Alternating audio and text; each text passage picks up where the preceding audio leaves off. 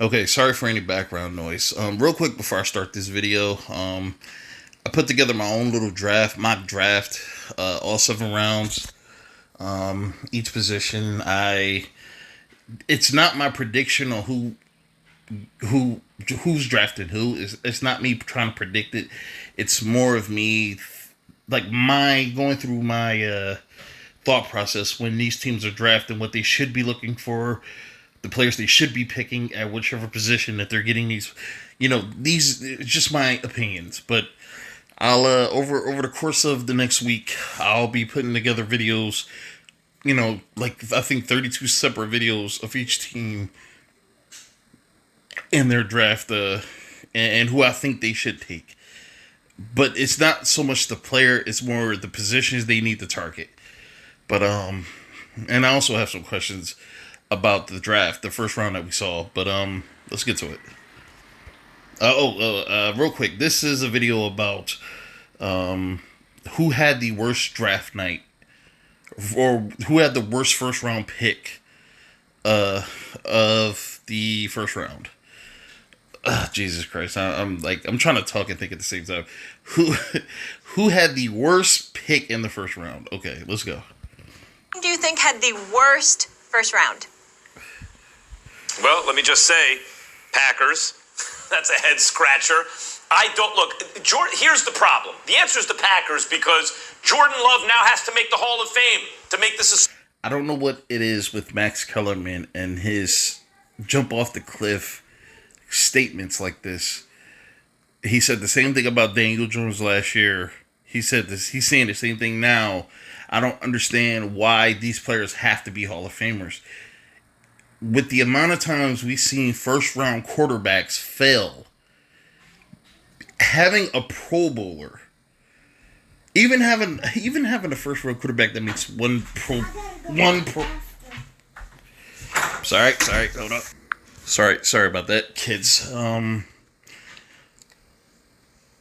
Even having a first round quarterback that makes at least one Pro Bowl is a feat, because sometimes we see these first round quarterbacks fail tremendously, in tremendous fashion. So I don't think that he needs to be a Hall of Famer. I think he's just because everybody thought that Green Bay would grab a running back, grab a tight end, grab a wide receiver. Even I thought that they would possibly draft an offensive player.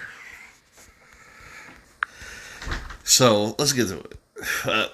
Wait, hold on. Oh, crap, shit. I'm sorry. The point I was trying to make. Oh, I thought they would get a offensive weapon or even just a defensive weapon, but they went quarterback, which was a surprise to me. But I understand why they're doing it. Matt LaFleur, he adopted Aaron Rodgers. He didn't bring Aaron Rodgers in. Aaron Rodgers was already here when he got the job.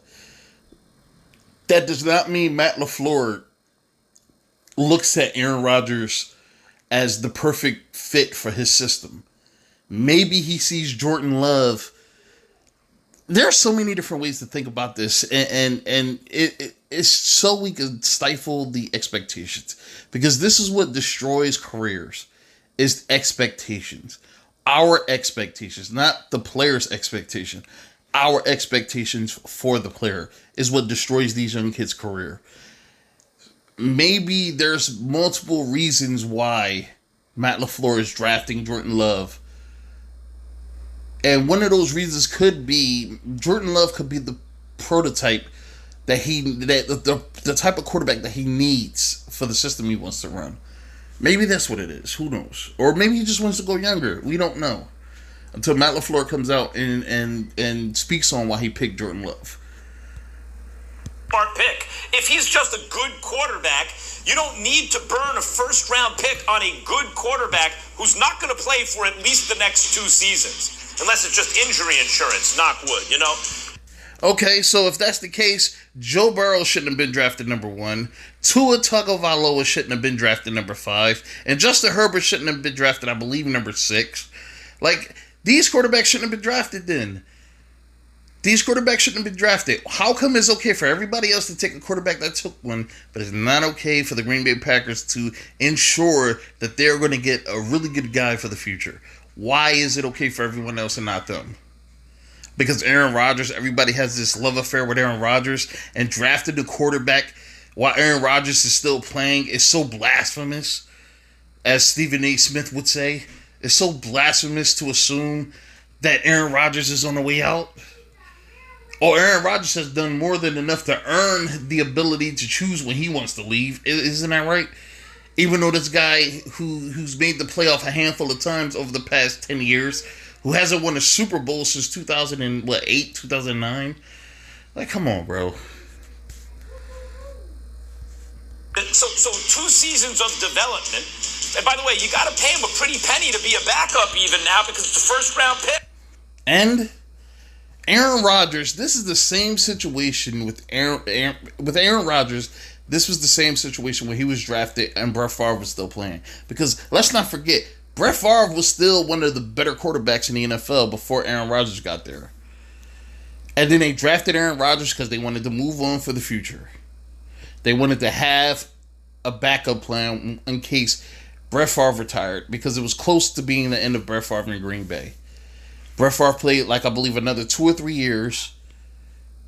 Probably even longer than that. And then Aaron Rodgers got on the field, and he, after Brett Favre retired, and, all this other, like, this happened before. Why is this so blasphemous now? Why is this such a bad thing now? That slot is not just like signing someone like Dak Prescott in the 4th round, right? So you got to spend a little money for a developmental guy for at least 2 seasons. What if Aaron Rodgers gets... And real quick, what if Jordan Love is the answer after Aaron Rodgers leaves? Because we've seen quarterbacks, a DeShone Kizer, what's the other guy's name? Matt Flynn. We've seen these guys not really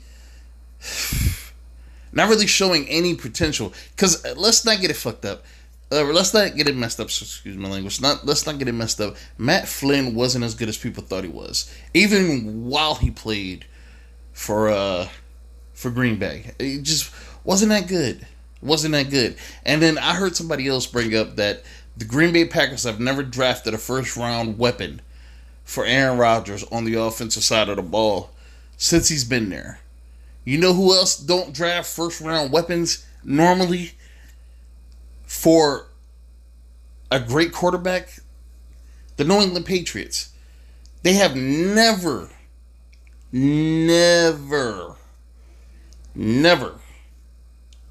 as long as I can remember, they have never drafted a weapon until N'Keal Harry in the first round. Now, I thought Chad Jackson was a first-round receiver, but he wasn't. Gronkowski, if you remember, he was a second-round tight end. Aaron Hernandez, he was a third-round tight end. Julian Edelman was a seventh-round pick. All the weapons that they draft were later, were second round to, later rounds. Possibly undrafted, depending on where you're looking. And then N'Keal Harry comes along. I'm trying to remember if Deion Branch was a first round. I don't think Deion Branch was a first round pick. I don't believe he was. That's the only person that I'm not sure when he was drafted, because I never really looked into when Deion Branch was drafted. Give me a second. Okay, Deion Branch was a second round pick. So the first real weapon that they drafted for this kid in the first round was N'Keal Harry. For this dude was N'Keal Harry. So he was able to get to 9 Super Bowls. Now, some may say, oh, well, it's because Bill Belichick. Bill Belichick was the reason why Tom Brady was able to win this and win that and win that. Yeah, well, before Tom Brady got to New England, Bill Belichick was not a winning coach. The year before Tom Brady got there, the year before Tom Brady started, they were 5-11. During his head coaching career, Bill Belichick had one winning season, I believe. One. winning season as a head coach. Now, he won a couple Super Bowls as a defensive coordinator, but Bill Parcells was the head coach. Bill Parcells was the head coach. And Bill Belichick had the fortune to coach one of the greatest defensive players we've ever seen. So let's not act like Bill Belichick is so goddamn outstanding that we're just going to dismiss everything Tom has done since he's been on that team and throw it off, oh, it's because of Belichick. Now, Aaron Rodgers may not have been afforded some of the same fortunes as Tom Brady, but Aaron Rodgers has never taken advantage of some of the opportunities that he's received. He's never. When I look at Aaron Rodgers and the way he plays, I view him as a very selfish player. He's more concerned with his numbers. He's more concerned with the way he looks versus being more concerned with how the team plays.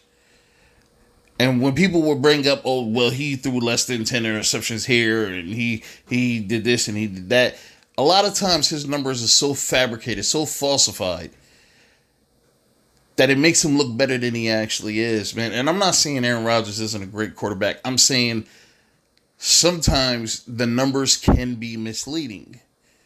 And I think Aaron Rodgers is one of the most underachieving, overhyped players I've ever seen in the NFL. In the NFL. And now, even now, they're still doing it. They're still doing it. This guy is close to being at the end of his career. Like, this is the back nine. Like, he doesn't have another 10 years left in him. At the most, he has 5 before it's time for him to go. If I'm Matt LaFleur, I'm not trying to make this a long-term thing. They drafted Jordan Love because they want to transition at some point, which is not a problem. Let's not act like this is some huge crime. But let's move on. It's used to LaFleur and actually has a much... Oh, give me a second.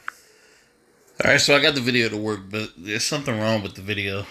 Because Jordan Love is going to replace him even if Rodgers is producing at Hall of Fame levels. Well, even if you do that, the clock is already ticking on Jordan Love. So if it works out and Jordan Love is a great quarterback, your window to win a Super Bowl on that rookie deal is cut in half immediately. This only makes sense if the Packers looked at Jordan Love and said, he is going to be a great one. Not a good one. It's not okay to be good enough. No, he's got to be Hall of Fame. If that happens, then I'm wrong and they're right. And it's nothing against Jordan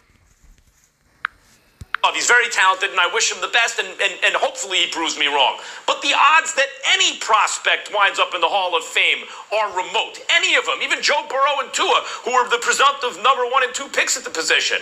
It's just not very likely that any...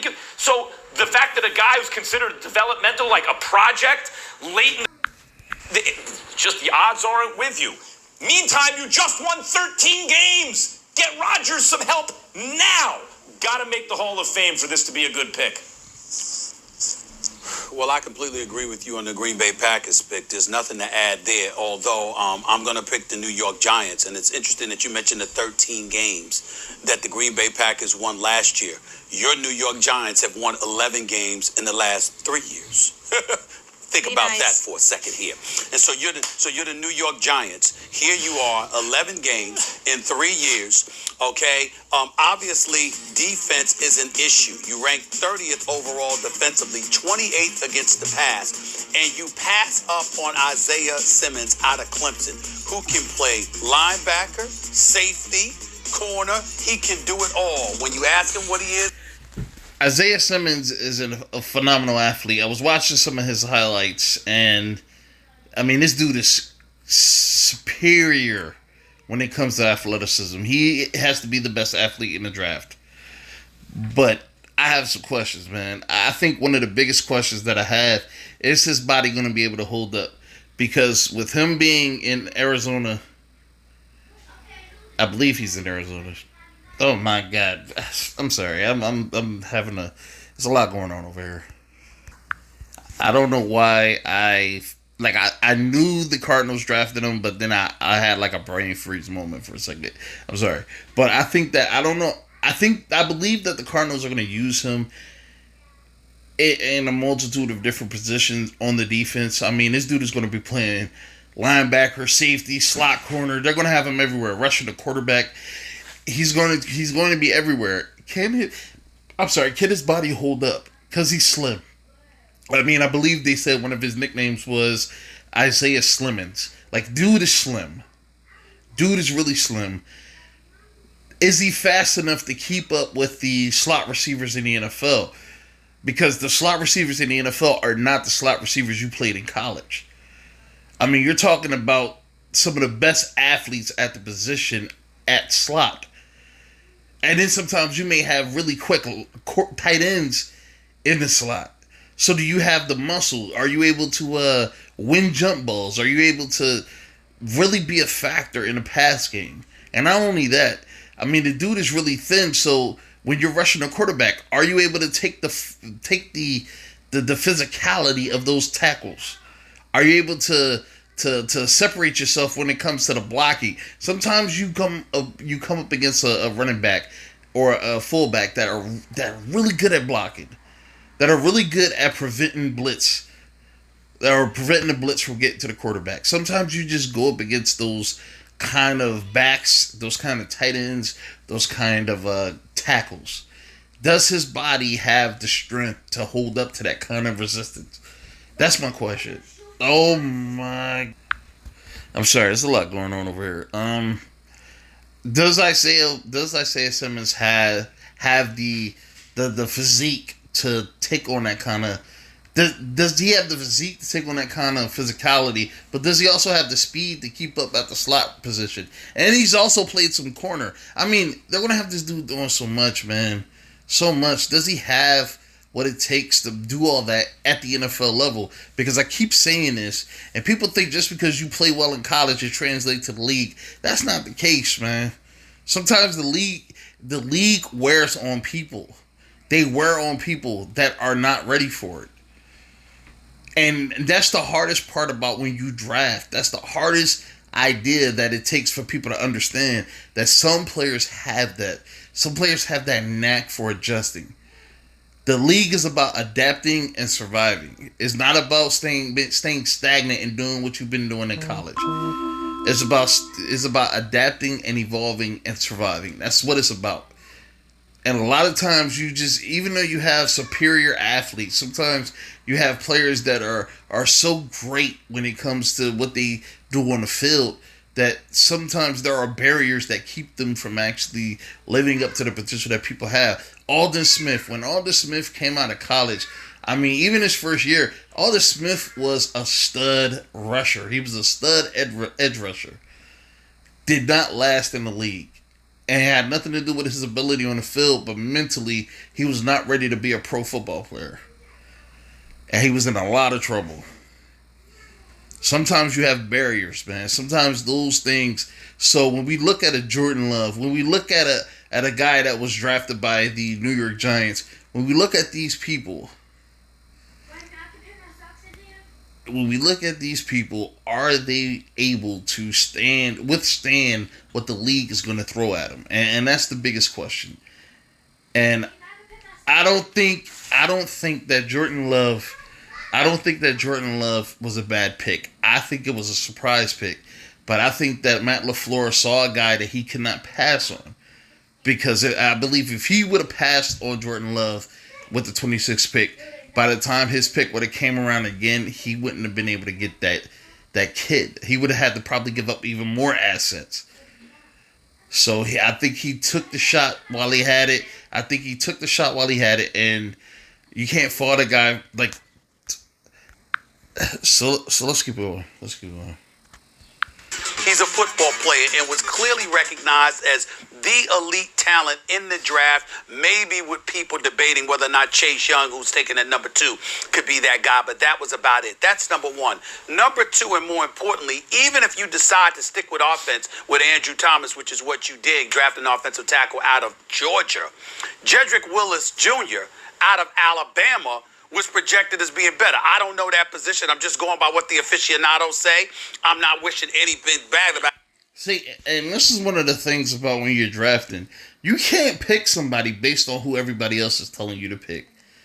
Now, I saw that most mock drafts had Jedrick Wills going to the New York Giants. Even I, because I put together my own draft, even I had them taking a tackle, and I think Jedrick Wills was high up there for me. But sometimes you got to take who you think is best fits what you're trying to do. I mean, this is why GMs and other people are in the position they are, and people like Stephen A. Smith and even myself, we're not in that position for a reason. We don't know what it takes to put a team together. And I like how when most fans believe that their opinions, their thoughts on who their team should go after is always the correct one. It's funny. We're never in that position where we have to put a team together, but we think that we have all the answers. Most people think they have all the answers, which is so interesting. But the Giants took who they thought was best for them. Now, I believe, I forgot the kid's name, Andrew Thomas. I forgot the kid's name, but they did take a tackle. Now, this tackle could turn out to be the best tackle in the draft. I mean, Tristan Wirfs was drafted. Jedrick Wills was drafted. There were, I believe, somebody else, Cesar Ruiz. I think it was a center, though. I got to go back and look. But there were so many offensive linemen that was drafted. Andrew Thomas could be the best lineman that's drafted.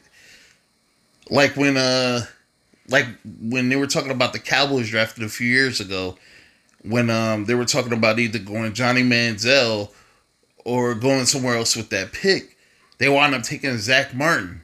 And I'm pretty sure they got a lot of flack. Because Manziel was, even though people like to make fun of Manziel now, Johnny Manziel was a huge, huge story going into the draft. Now, there were some teams that did not want to take a risk on him. They didn't want to take that risk because the kid had a lot of baggage with him. But instead, the Cowboys decided to go Zach Martin, who turned into an all-pro talent. Sometimes, man, like you don't pick who people should tell you. You don't pick who people tell you to pick. You pick who you believe is the right pick. And if they feel like Andrew Thomas is the right pick, he was the right pick. So I'm into here, man. There's a lot going on here, man. I just wanted to, crank one of these videos out, man. As far as the draft goes, there are some other things that I want to get done as far as the draft, but I hope everybody enjoys the rest of the draft. I mean, there's not too much we can look forward to in today's life, with everything being locked down. So, hopefully I find some enjoyment in it, I guess. I'm trying my best to. But, all right. Keep it light.